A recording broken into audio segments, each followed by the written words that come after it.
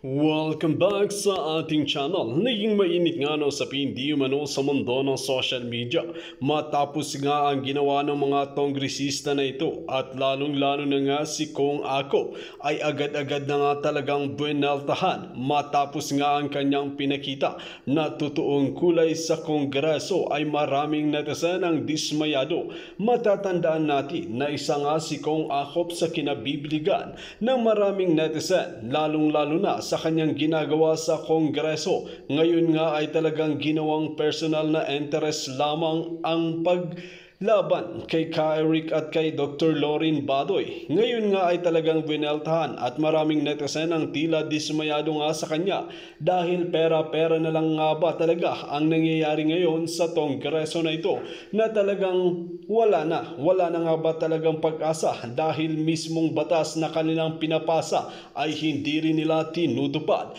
Dito natin mapapatunayan at makikita mga kaibigan kung gaano nga ba talaga kasakim ang administrasyon na ito dahil paano nga naman hindi gagawin ng mga kongreso na ito na mabababa ang tingin na sa mga tao at mga inosenteng taong pinapakulong na talagang ang mastermind at protector nila ay nasa kataas-taasang posisyon. Kaya naman sinusundan lamang nila ito. Kaya ngayon nga ay talagang hindi nga tatantanan na isiiwalat ang mga baho ng mga kongresista na ito na talagang hindi maganda ang kanilang ginagawa. Ngayon nga ay talagang kinarma sila ng bonggang-bongga dahil hindi na sila papakawalan ng mga lawyers at taong bayan.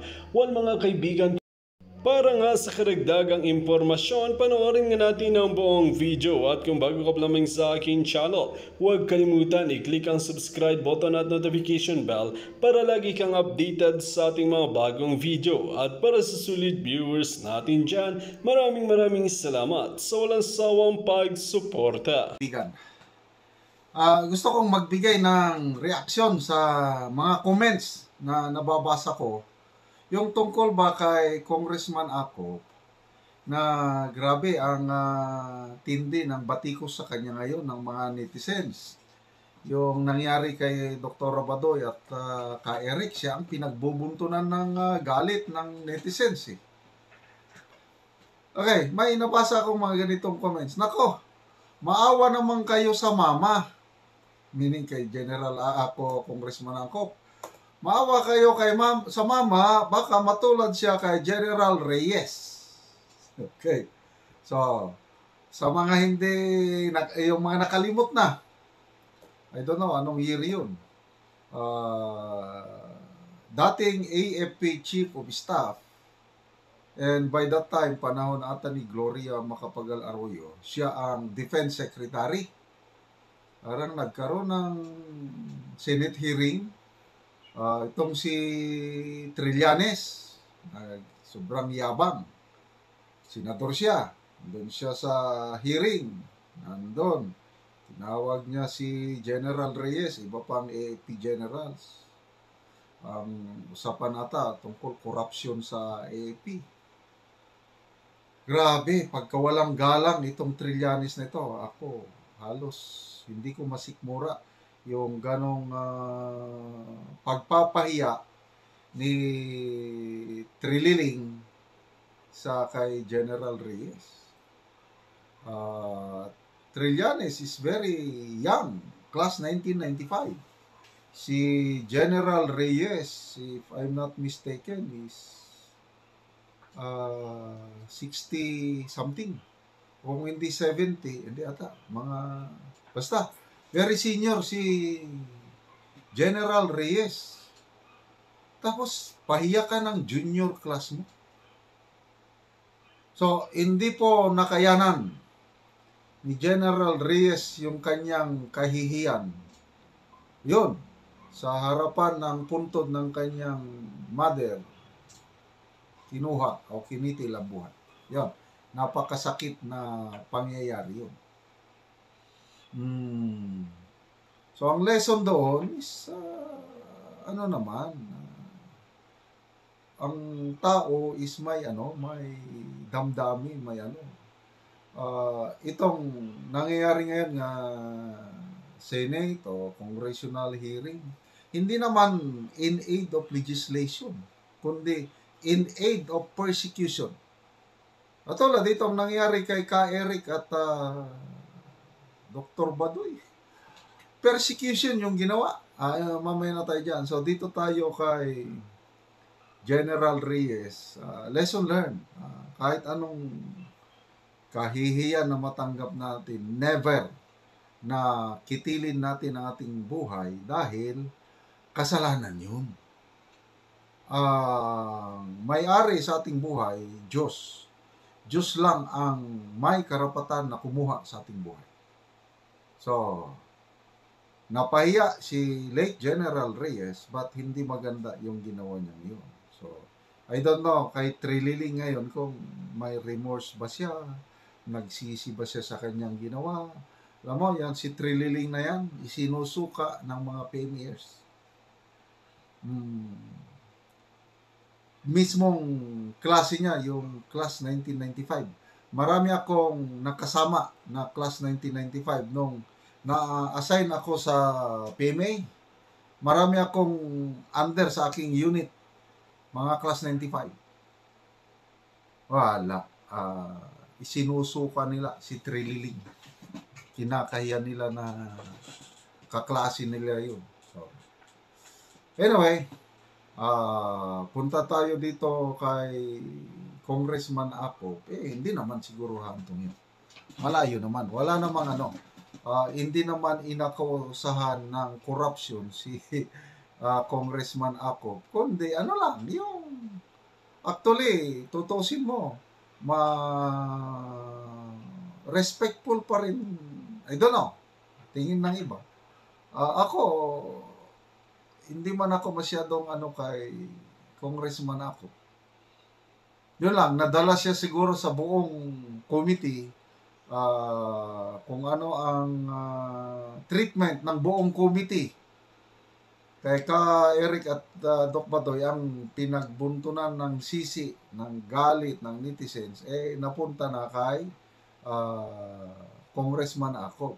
Kaya kahit sa kapwa niya premier, meron ding pumupuna sa kanya na mali. Mali. Mas pinapaboran ng mga PMAers yung si Doc Badoy. Actually, PMAer din si Doc Badoy. Ang husband niya is PMA class na 1987. Kaya mista nila yun. Ganon po ang samahan ng mga PMAer. Ang mga wives considered classmates, mista. Kasi nga, di ba, husband and wife, they are one. So, class 87, si Colonel Partusa, si Doc Badoy, Partusa, member siya ng... Kaya, doon nyo maintindihan bakit ganun na lamang ang galit ng mga PMEers. Kaya, nag-sign kaagad ng strongly worded manifesto na demanding, hindi request, demanding the immediate release of Dr. Badoy and Ka Eric. Si Ka Eric, frustrated PMA cadet pala yan. I don't know kung nakapasok ba siya sa PMA o basta PMA class 89 sana si Ka Eric. Hindi lang natuloy. So, both are PMAers. Kaya pinagtanggol sila ng kapwa nila PMAers. Okay. So, ito, may i-share ako sa mga hindi pa nakapanood. PMA class 83 na vlogger. Sinasabi niya, mali si General Akop. Mali yung treatment niya kay Dr. Badoy. Kaya, then marami pa akong kilala na PMAer na ganun din ang sentimento nila na dapat hindi gan. Although si General Magalong, PMA class 1982, ipinagtanggol niya si General Congressman Akop. Ganun na lang. Medyo divided sila, but that's part of democracy. Okay, panoorin natin si Pinoy Survivor, Sir Dan, PMA class 1983, yung konting comment lang niya kay Congressman Akop at Dr. Badoy. Yung sa kanya lang is inaano niya love of country. And then nag-react si Congressman Acop na yun nga, very politely pa nga sabi na Madam Badoy, I am sorry for what happened to you today. Pero you do not have a monopoly of love of country. Yun doon ako oops, anong ginagawa ni sir? Anong ginagawa ni sir? Mali naman yun. Right ni Dr. Badoy na magsalita, mag-statement. Humingi siya ng permiso sa Kongreso na pwede bang magsalita. Sasabihin niya, kasi inaano siya, kinontempt siya. Kinontempt siya. Oh, nasabing lying ka sa harap ng TV, yung national TV, sasabihin sinungaling ka. Siyempre kung ikaw, feeling mo hindi ka sinungaling at you're just be misunderstood. Ako, sasabihin, mumurahin ko pa Congress Buti pa nga, tame si Doc Lorraine. Ako, mumurahin yung mga hinayo pa kayo. Wala kayo sa lugar Kasi, people of the Philippines, ang Congress, really abused their power. Kahit anong sabihin ninyo kahit Congress, kahit mag-defend na mag-defend, you abuse your power. Simple, because kung hindi kayo mabuso, hindi nyo pinakawalan si Doc Lorraine at si Ka Eric. Pinaglaban nyo, hinintay nyo yung korte. Because you are very sure doon sa ginawa ninyo na contempt sila.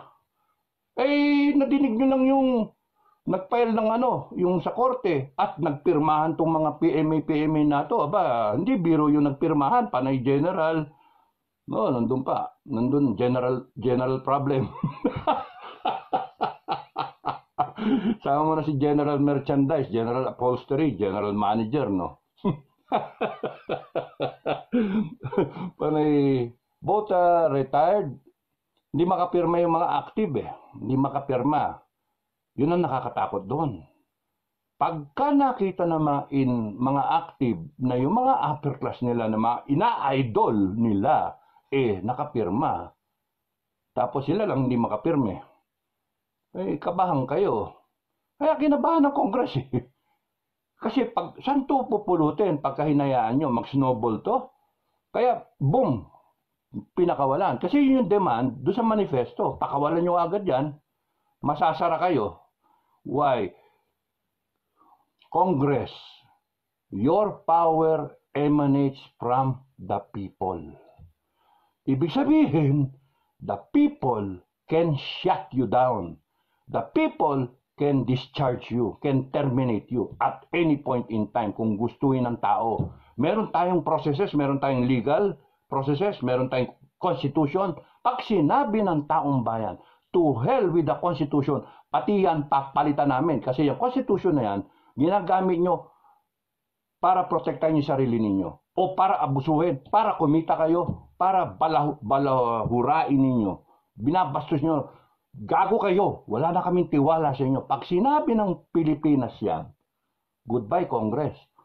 You see, the people of the Philippines can shut down Congress. The people of the Philippines can fire every one of you. I'm not instigating. I am warning you Yan as ang to what may ating happen. talakayin.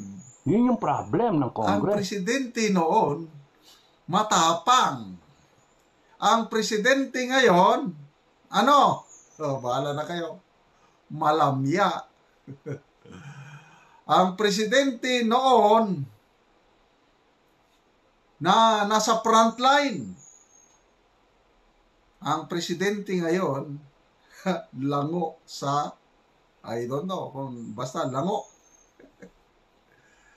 Okay, pumutok po ang Marawi Seeds sa May of 2017 hanggang October, 5 months yan. Ako, personally, I was there.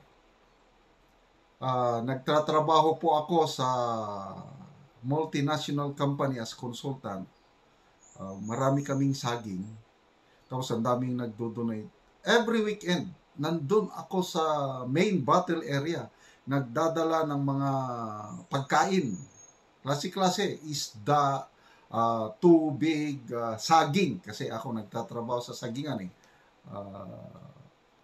saging very motivated ang mga sundalo sa suporta na ibinibigay sa kanila ng taong bayan, lalo na sa Commander-in-Chief. Ilang beses po nagbisita, nandun ako pagbisita ni PRRD. Although wala ako sa party niya, kailang ilang beses ko siyang natimingan na nandun si PRRD. Nandun din ako nagdi-distribute ng isda, mga canned goods o ano pa dyan, tubig. Advice ng mga AP General, si General Anyo noon ang Chief of Staff. Defense Secretary, advice. Hindi pwede sir, delikado. Anong delikado? Yan ang yun ang kaibahan ng presidente na sanay sa hirap. Alam naman natin ang Tatay Digong sa Davao, ang gulo ng Davao nung bago siya umupong mayor. Ngayon, parang Dirty Harry.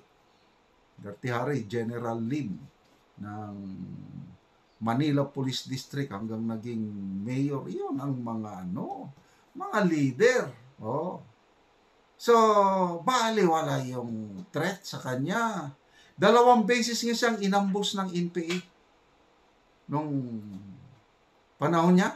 Kaya galit na galit yan sa NPA si Tatay Digong after yung pinagbigyan niya yung communist. Nagpistoks na halos 2 taon. Nako, 2 times siyang inambus.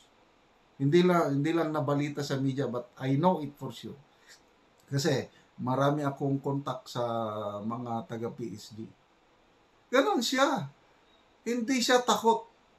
That's leadership in the greatest essence of leadership. Physical, o not only yung physical, yung motivating presence. Una, pag upo pa lang niya, dinoble niya ang sweldo ng mga sundalo at pulis. Grabe. Tapos yung presence niya nung kasagsagan ng gera, even at the risk of his life. Alam ba ninyo mga kapatid, nung kasagsagan ng gera ng Marawi, so far yung nalaman ko 3 civilians nandun sa loob ng compound ng Mindanao State University. Malayo na yun sa main battle area. Siguro mga air distance 3 to 5 kilometers. Malayo. Kailang namamatay sila, yung 3 civilian na matandaanan ko, natamaan ng ligaw na bala. Mga bala ng machine gun. Kasi may machine gun din yung malalakas ang armas ng Mountie. Nandun, ligaw na bala, ang layo-layo na ng MSU. Kaya, ako, yung palagi kong pagpunta-punta doon, kabahan din yung mga AP commanders na tinutulungan ko. Pagpunta ko doon, pagdating pa lang, magsuot na ako ng Kevlar helmet, magsuot na ako ng vest, yung armor. Kasi, sir, delikado. Kasi doon kami sa frontline, nagdi-distribute ng pagkain. Ganon din si PRRD. Delikado yung buhay niya nung mga ilang beses siyang nagbisita na kasagsagan pa ng gera. Yun ang leadership to the highest level, to the highest degree. Kaya high moral ang sundalo, pulis. Ano ngayon, ating presidente? Anong nagawa niya? Pensyon, nagka-problema. Mga active and service gustong ipa-contribute. Anong contribute na ang dami ng dumaang presidente, hindi kami pina-contribute. Ngayon pa, panahon ni itong weak leader na presidente. Dahil wala daw pera. Nung walang pera, billions ang ginagastos nyo sa inyong. Bawasan nyo, tanggalin nyo, Mr. President, ang inyong confidential and intelligence fund dahil hindi nyo trabaho magkalap na intelligence. Ilan nyo? 4.5 billion. Di, itagdag sa aming pensyon. Ano ba? Mga extraordinary expenses sa Kongreso. Ilan yung naisingit, na idagdag? 281 billion. Siningit, unprogrammed activities. Ano yun? Liquidation by certification na lang. Ang daming pera ng gobyerno, kailang napupunta sa ibang bagay. Tapos sabihin nyo, walang pera para ipensyon sa mga men and women in uniform. Yon ang legacy ng presidenteng ito. Nangyari ng lindol. Una, lindol. Wala pa rin, tahimik. Binombang Marawi, tahimik. Saan? Yung mga natatanggap kong text, nasubrahan ng Coca-Cola. Alam niyo na kung ano yung Coca-Cola o pulbo. Ayun, anong klaseng leader yan? So, malayong malayo siya kay PRRD. Maraming nakaka-miss, mga kapwa ko DDS. Namimiss na natin ang leadership ng presidente na may malasakit. Talagang man on the ground, binibisita. Kafgo na mamamatay lang dahil inaambus ng mga NPA. Binibisita ni PRRD. Okay, itong presidenteng ito, may nakita na ba kayo na nagbisita sa mga men and women in uniform na namatay sa labanan? Wala pa akong nakikita. Para siyang Pinoy. Pinoy o Noy-Noy. 44 fallen SAF commandos. Darating sa Villamor Air Base. Wala man lang commander-in-chief na sumalubong nagpunta sa inaugurasyon ng isang planta ng autoplant. Ganon ang leadership ni Pinoy na parang namana ni PBBM. Walang malasakit sa mga Ranger Kunohay.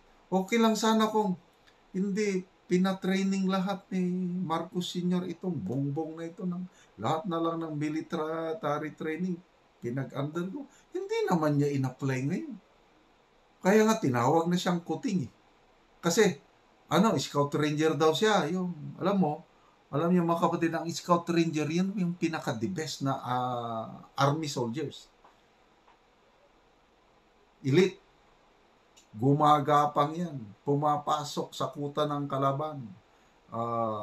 Surprise attack. Basta Scout Ranger, yung regular course Ako, Scout Ranger din ako, anong tawag? ISROC. Scout Ranger Orientation Course. Mga 2 months. Theoretical, practical training. Ang kulang lang namin yung test mission. Yung i-deploy kami sa actual combat, then dapat maka-encuentro kami sa kalaban, NPA man yan. After yung successful encounter, yon Scout Ranger, full-fledged ka na. Ang si BBM na hindi naman nakasama sa test mission, anak ng presidente, nag-undergo lang siya sa training, kaya ISROC graduate lang yan, Scout Ranger Orientation Course. Kaya kuting. Wala siyang malasakit sa mga Kunohay. May rango siya na first lieutenant ata sa PC. So, salamat PRRD sa inyong leadership.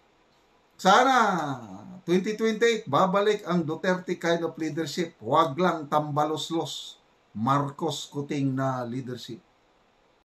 Dito nga natin mapapatunayan mga kaibigan kung gaano nga ba talaga karumal-dumal at ang ginagawa ng mga kongreso na ito sa mga inosenteng tao, lalong-lalo na ang ginawa nila kay Ka-Eric at kay Dr. Loren Badoy. Ngayon nga ay sila ay nakalaya at talagang napatunayan na bias ang mga desisyon ng mga kongresista na ito at talagang dapat silang imbestigahan at sampahan rin ng kaso dahil basta-basta lamang nilang pinakulong si Ka-Eric na illegal naman talaga ang kanilang ginagawa. Well mga kaibigan, kung kayo ang tatanungin ano ang inyong mga opinion, just comment below sa ating comment section at ating pag-usapan.